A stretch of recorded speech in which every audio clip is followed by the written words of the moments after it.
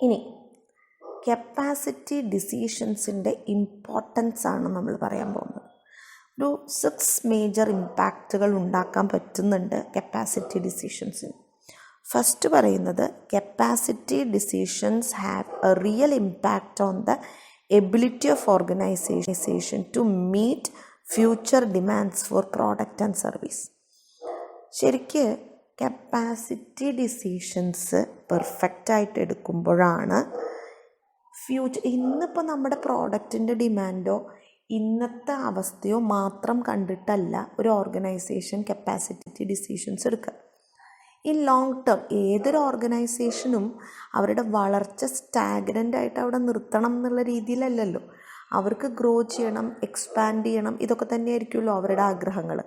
അപ്പോൾ അങ്ങനെ കൂടിയുള്ള കാര്യങ്ങൾ ചിന്തിച്ചിട്ടായിരിക്കണം നമ്മൾ ഡിസിഷൻ എടുക്കേണ്ടത്. എന്നാൽ മാത്രമേ future demand of products and services meet ചെയ്യാൻ പറ്റുള്ളൂ. അഥവാ നമ്മൾ അങ്ങനെയല്ല കപ്പാസിറ്റി ഡിസിഷൻസ് എടുക്കുന്നതെങ്കിൽ അത് ആക്ച്വലി നമ്മുടെ ലിമിറ്റ് ചെയ്യണം നമ്മുടെ എബിലിറ്റി ടു ഗ്രോ, അല്ലെങ്കിൽ നമ്മുടെ ഔട്ട്പുട്ട് മാക്സിമം പോസിബിൾ ഔട്ട്പുട്ട് ആണെന്നുള്ളത് ആ ലിമിറ്റ് ചെയ്യണം. ഇനി ഓപ്പറേറ്റിംഗ് കോസ്റ്റിനെ വല്ലാണ്ട് എഫക്റ്റ് ചെയ്യും കപ്പാസിറ്റി ഡിസിഷൻ എന്ന് പറഞ്ഞു.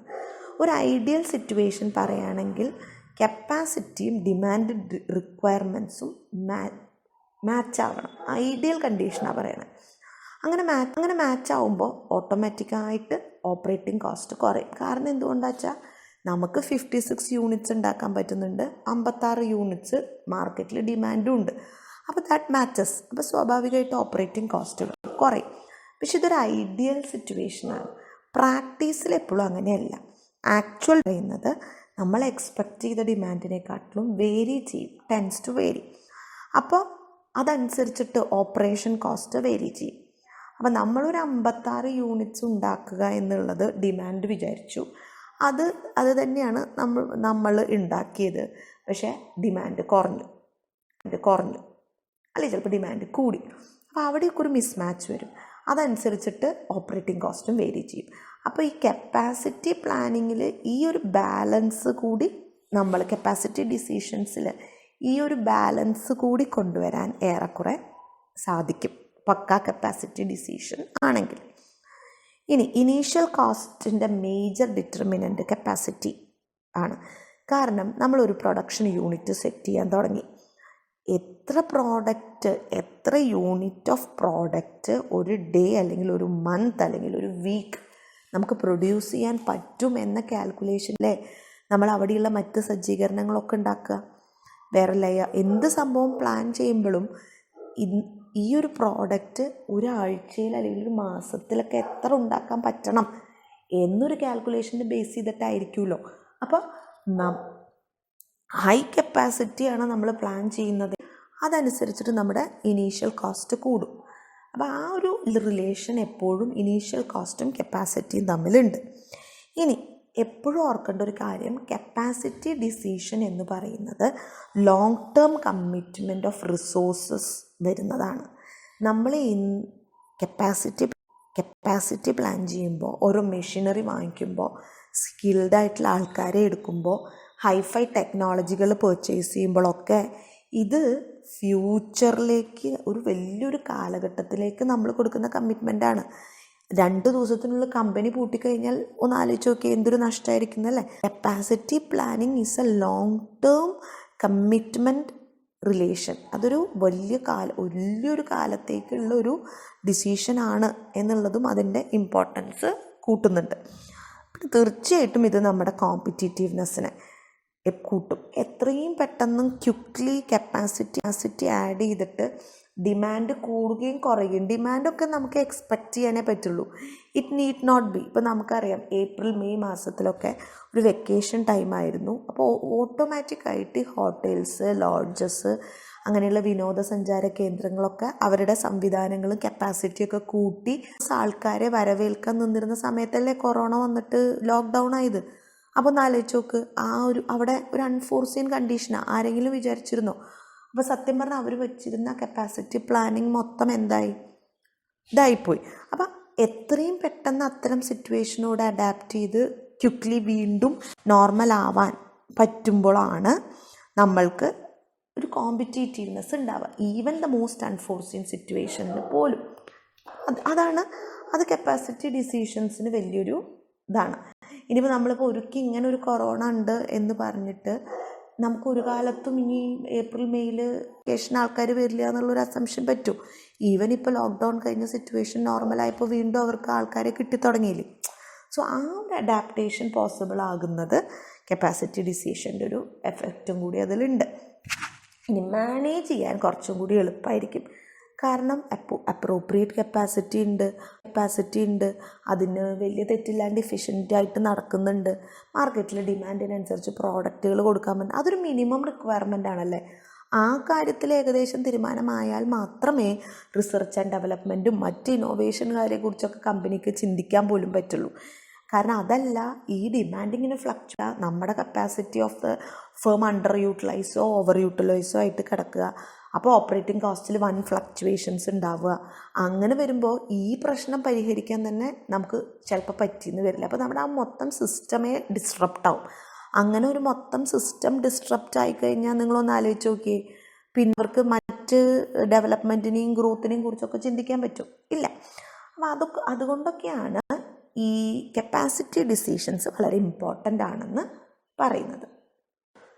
നെക്സ്റ്റ് വരുന്നതാണ് കപ്പാസിറ്റി യൂട്ടിലൈസേഷൻ. നമ്മൾ മുമ്പ് പറഞ്ഞ കാര്യം തന്നെയാണ്. അതായത് കപ്പാസിറ്റി യൂട്ടിലൈസേഷൻ എന്ന് പറഞ്ഞാൽ average output rate by maximum capacity into 100. നമ്മൾ യൂട്ടിലൈസേഷൻ പറഞ്ഞില്ലേ, actual output by design capacity, അത് തന്നെ.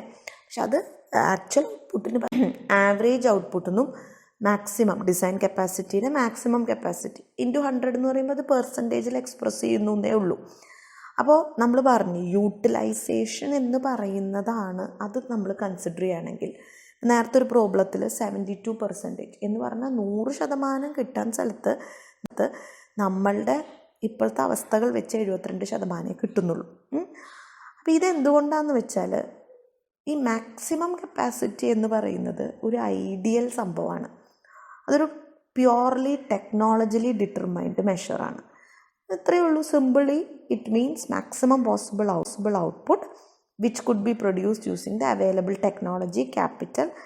അതാണ് technically efficient utilisation of variable inputs.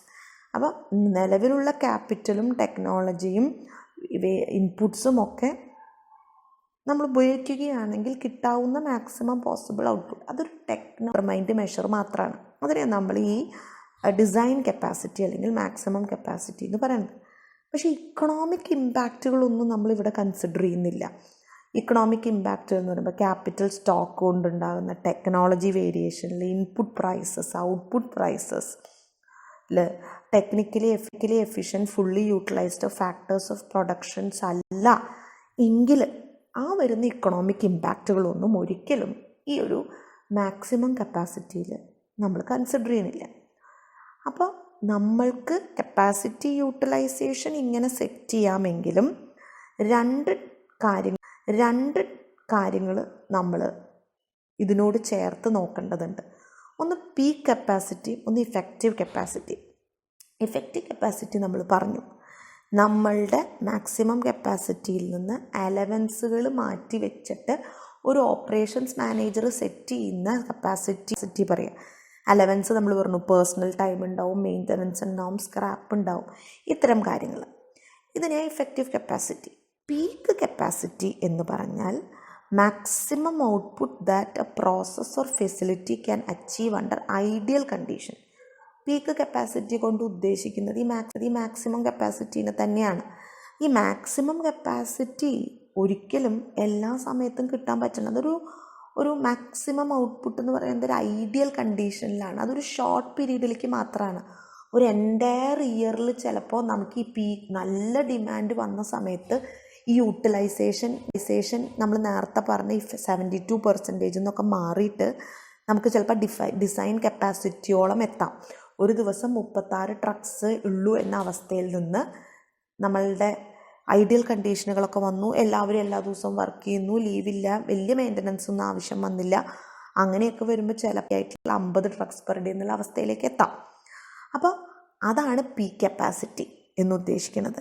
അതൊരു ഷോർട്ട് ടൈമിലോ ഒരു few hours in a day or few days in a month ഒക്കെ വരുള്ളൂ. അതിപ്പോൾ നമ്മൾ എക്സസ് ഓവർ ടൈം കൊടുത്തിട്ടോ എക്സ്ട്രാ ഷിഫ്റ്റ് വെച്ചിട്ടോ ടെമ്പറലി മെയിൻ്റനൻസ് ആക്ടിവിറ്റി ഒന്ന് റെഡ്യൂസ് ചെയ്തിട്ടോ ഓവർ സ്റ്റാഫിങ് നടത്തിയിട്ടോ സബ് കോൺട്രാക്റ്റിംഗ് ഒക്കെ നടത്തിയിട്ടാണ് ഇത്തരം പീക്കുകൾ വരുന്നത്, അല്ലെങ്കിൽ ഈ മാക്സിമം കപ്പാസിറ്റി അച്ചീവ് ചെയ്യാൻ പറ്റുന്നത്. അല്ലാത്ത എല്ലാ സമയത്തും ഇഫക്റ്റീവ് കപ്പാസിറ്റിയാണ്. അപ്പോൾ ഒരു വർഷത്തെ മൊത്തം യൂട്ടിലൈസേഷൻ ചിലപ്പോൾ 72% ഉള്ളെങ്കിലും ഒരു മാസമോ ഒരാഴ്ചയൊക്കെ എടുത്ത് നോക്കുമ്പോൾ ചിലപ്പോൾ അത് മാക്സിമം കപ്പാസിറ്റിയുടെ അടുത്തൊക്കെ എത്താനുള്ളൊരു ചാൻസ് ഉണ്ട്. അപ്പോൾ ചുരുക്കി പറഞ്ഞാൽ നമ്മൾ ഇങ്ങനെ മനസ്സിലാക്കിയാൽ മതി. മനസ്സിലാക്കേണ്ടത് ഇത്രയേ ഉള്ളൂ. ഡിസൈൻ ചെയ്യുക, ഒരു കപ്പാസിറ്റി ഉണ്ട്, മാക്സിമം കപ്പാസിറ്റി. ആക്ച്വലി കിട്ടുന്നൊരു കപ്പാസിറ്റി ഉണ്ട്, ഡെമോൺസ്ട്രേറ്റഡ് കപ്പാസിറ്റി. അതിൽ സാധാരണ ഉണ്ടായേക്കാവുന്ന അലവൻസുകളൊക്കെ കൊടുത്തിട്ടുള്ളൊരു കപ്പാസിറ്റി ഉണ്ട്, ഇഫക്റ്റീവ് കപ്പാസിറ്റി. ഇതൊന്ന് ബാലൻസ് ചെയ്യുക എന്നുള്ളതാണ് ആക്ച്വലി കപ്പാസിറ്റി പ്ലാനിങ്ങിലെ ഏറ്റവും വലിയ ജോലി എന്ന് പറയുന്നത്.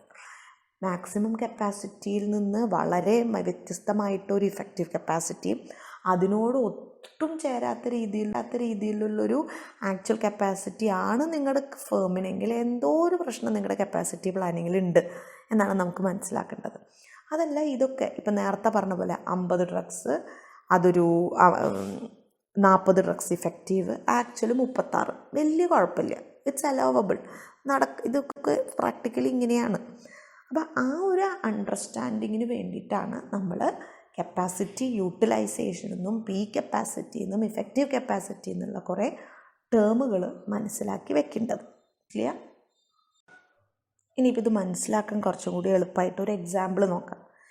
ഇപ്പോൾ if operated around the clock under ideal condition, fabrication department of an engine manufacturer can make 100 engines per day. Round the clock work ചെയ്യാണ്, ഐഡിയൽ കണ്ടീഷനിലാണെങ്കിൽ ഒരു എൻജിൻ നിർമ്മിക്കുന്ന ഒരു കമ്പനിക്ക് ഒരു ദിവസം 100 എൻജിൻസ് ഉണ്ടാക്കാൻ വിചാരിക്കും. Management believes that a maximum output rate of only 45 engines per day can be sustained economically over a long period of time. Ideal conditions എന്നും നിലനിൽക്കില്ല എന്നുള്ളൊരു ബോധ്യം മാനേജ്മെൻറ്റിനുള്ളതുകൊണ്ട് അവർ ബിലീവ് ചെയ്യുന്നത് 100 പറ്റില്ല, ഒരു ദിവസം 45 എൻജിൻസ് ഉണ്ടാക്കാം എന്നാണ്. കറൻ്റ്ലി ഡിപ്പാർട്ട്മെൻറ്റ് 50 എൻജിൻസ് ഉണ്ടാക്കുന്നുണ്ട്. പീക്ക് കപ്പാസിറ്റിയും ഇഫക്റ്റീവ് കപ്പാസിറ്റിയും എന്താണെന്നാണ് ചോദിക്കണം.